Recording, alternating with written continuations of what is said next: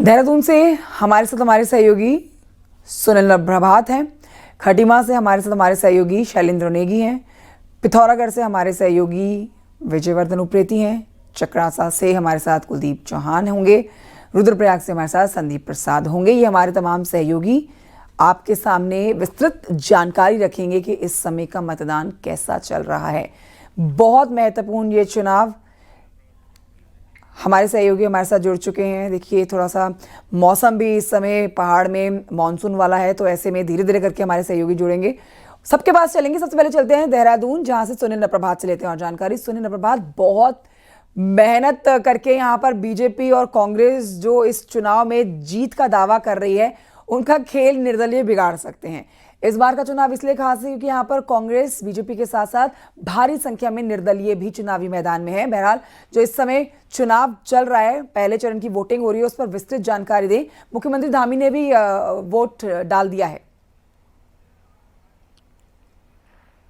बिल्कुल कंचन, मुख्यमंत्री ने खटीमा के नगला तराई में अपने परिवार के साथ वहां पर पोलिंग की। और मैं आपको जानकारी में दे दूं कि मुख्यमंत्री के भतीजे हैं, वो भी जिला पंचायत सदस्य का वहां पर उम्मीदवार हैं, वो मैदान में हैं, चुनाव लड़ रहे हैं।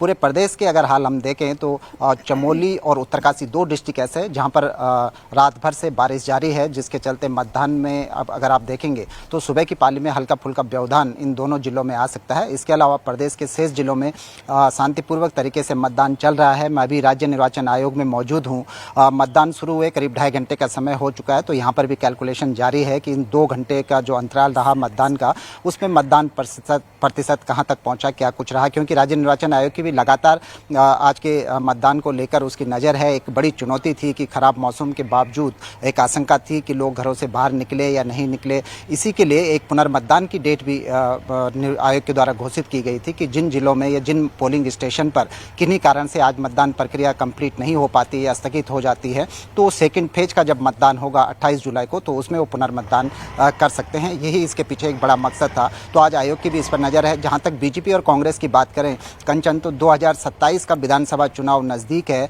और उसकी एक प्राथमिक सीढ़ी के तौर पर इसको देखा जाता है कि गांव, बीजेपी का मानना है कि जब गांव की सरकार बन रही है तो गांव की सरकार से होते हुए रास्ता प्रदेश की सरकार की ओर जाता है। इसीलिए दोनों दलों ने अपनी पूरी ताकत इस पर झोंकी हुई है।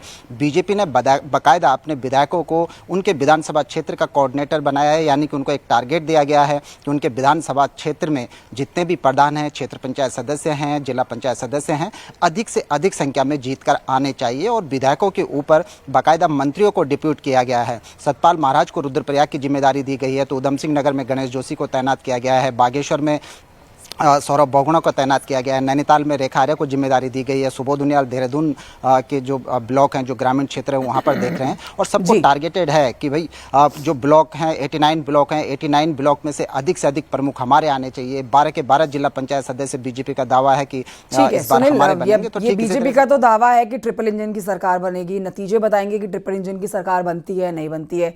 संदीप के पास चलते हैं। लेकिन संदीप, इस बात को समझना होगा कि वाकई में कांग्रेस जमीन पर नहीं दिखी है पंचायत चुनाव में। इक्का दुक्का बार शायद करण महाराज जी दिखे होंगे, लेकिन कांग्रेस ने उस तरह का अपना प्रचार नहीं किया उनके कैंडिडेट्स ने जैसा वो जीत का दावा कर रही है।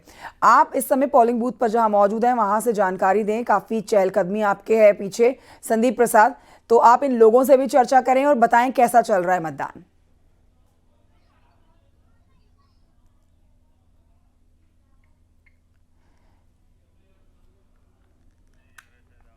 संदीप तक आवाज नहीं पहुंच पा रही है। संदीप के पास चलें, उससे पहले नैनीताल चलते हैं, वीरेंद्र से ले लेते हैं और जानकारी। वीरेंद्र, ऐसा लग रहा है मौसम भी यहां पर आज पहले चरण के मतदान में अपनी भागीदारी दे रहा है। मौसम ठीक बना हुआ है।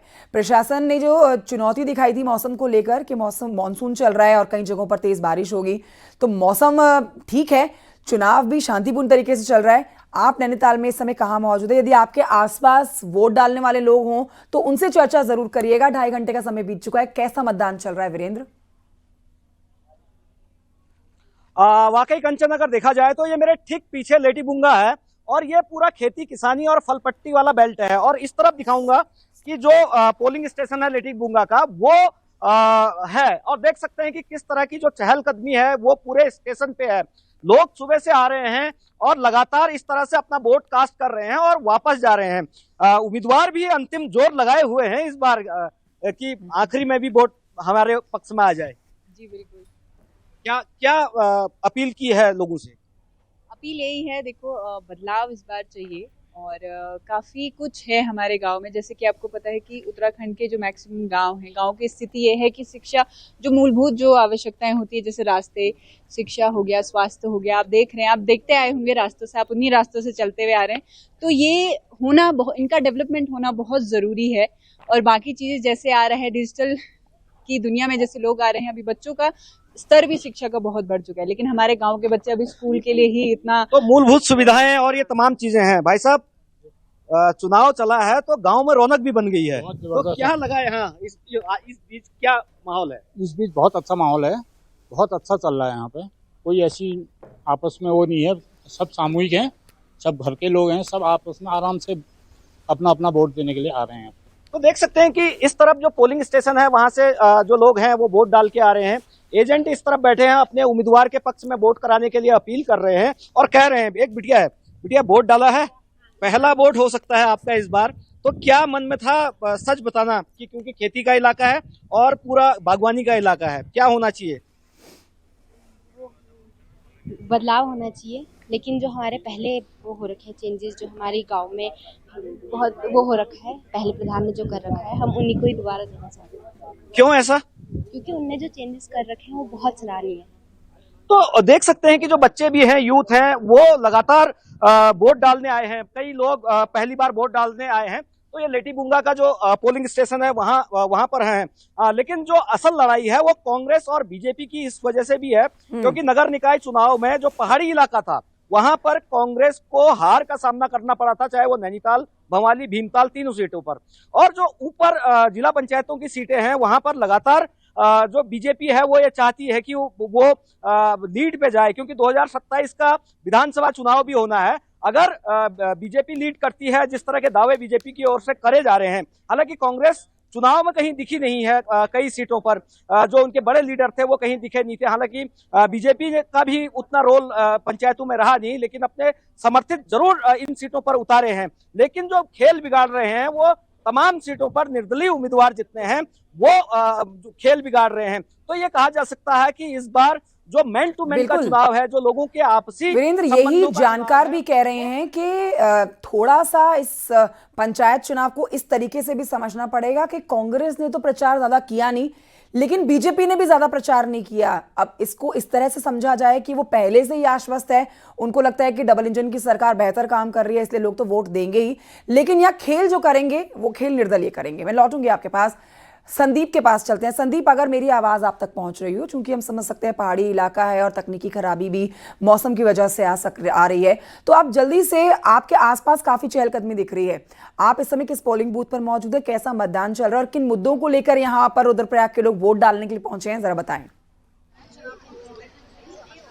जी बिल्कुल, मैं आपको बता दूं, क्योंकि सुबह जब 8 बजे से मतदान शुरू हुआ था उसके बाद काफी कम वोटर सुबह देखे गए थे, लेकिन जैसे दोपहर होती जा रही है वैसे वैसे वोटरों की संख्या भी बढ़ती जा रही है। आप मेरे पीछे देख सकते हैं, यहाँ पे लगातार महिलाएं और तमाम लोग यहाँ पर पहुंचने वाले वोटिंग करेंगे। और ये जो 2-3 घंटे का जो समय होता है दोपहर का, उसमें सबसे अधिक वोटिंग होती है और मतदाता लगातार बढ़ते रहते हैं। सबसे बड़ी बात है कि किस मुद्दे पे ये वोट करें, क्योंकि लोकल पॉलिटिक्स होती है प्रधान और क्षेत्रीय पंचायत के चुनाव में, तो खुलकर भी मतदाता इसमें कुछ कह नहीं पाते। हालांकि उनका ये कहना है कि विकास होना चाहिए, चाहे गाँव का हो चाहे ब्लॉक स्तर का हो। और रही बात अगर जिला पंचायत सीटों की, तो जिला पंचायत सीट कहीं ना कहीं एक जो राजनीतिक दल है, राष्ट्रीय दल है, वो कहीं ना कहीं अपना उन जिला पंचायत सीटों को कब्जाने के चक्कर में पूरी कोशिश कर रहे हैं। खासकर यहाँ पर जो टक्कर देखी जा रही है जिला पंचायत सीटों में भाजपा और निर्दलियों के बीच देखी जा रही है, क्योंकि कांग्रेस बहुत कम इस पूरे चुनावी मैदान में दिख रही है। और भाजपा और निर्दल, जैसे सुमाड़ी सीट की बात करें, वहाँ पर जो भाजपा के जिलाध्यक्ष हैं भारत भूषण भट्ट, वो वहाँ पे चुनाव लड़ रहे हैं, लेकिन उनके सामने निर्दलीय प्रत्याशी है, उनको टक्कर देते इस जिला पर। जिस जिला पंचायत चुनाव की चर्चा एक तरफ, जहां पर प्रत्याशियों के अपने दावे हैं, जीत हार का फैसला तो नतीजे वाला दिन पता लगेगा,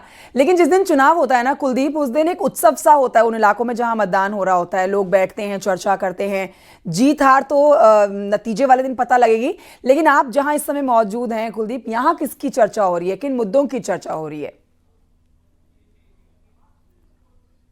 हाँ जी, आपको बता दूं, सुबह से 8 बजे से मतदान शुरू हुए और इस वक्त जहां पर मैं मौजूद हूँ, ये कस्टा जो जिला पंचायत सीट है उसका एक पोलिंग बूथ ये क्वाशा पोलिंग बूथ है जहां पर इस वक्त मैं मौजूद हूं। और ये हॉट सीट इसलिए बताई जा रही क्योंकि यहां पर जो भाजपा के वरिष्ठ विधायक उनकी धर्मपत्नी मधु चौहान जो वर्तमान में जिला पंचायत अध्यक्ष भी रही है, और दोबारा उन्होंने यहाँ पर दावेदारी की है। और उनके जो विपक्ष में वो कांग्रेस है, अंजू राठौर जी है, और क्या यहाँ पर जो मधु चौहान जी है उनकी दावेदारी और उनका पलड़ा भारी बताया जा रहा है। साथ में जो चक्राता ब्लॉक की अगर बात करें तो चक्राता ब्लॉक के बिरनाड़ सीट से इस बार कांग्रेस के जो दिग्गज और वरिष्ठ विधायक प्रीतम सिंह है, उनके बेटे ने भी वहां से दावेदारी की है और जिला पंचायत अध्यक्ष के लिए भी वो बताया जा रहा है कि अगर वहां से वो जीत के आते हैं तो जिला पंचायत अध्यक्ष के लिए वो भी दावेदार रहेंगे। तो ऐसे में दोनों जो विधायक है, चाहे कांग्रेस से वरिष्ठ विधायक प्रीतम सिंह बताए या फिर भाजपा से वरिष्ठ विधायक मुन्ना सिंह चौहान जी हो, दोनों की साख इस बार जो है दांव पर लगी है और दोनों ही जीतोड़ मेहनत करते हुए अपने अपने सीटों में नजर आ रहे हैं। जी ठीक है, तो जीत चाहे बीजेपी की हो, कांग्रेस की हो, निर्दलीय की हो, जीत उस प्रदेश के लोगों की होती है जो अपने मताधिकार का उपयोग करके अपने प्रत्याशी को वोट देते हैं। नतीजे 31 को आएंगे, लेकिन उससे पहले चरण का जो मतदान चल रहा है उस पर आप सभी सहयोगियों का बहुत शुक्रिया जानकारी हमारे दर्शकों तक पहुंचाने के लिए।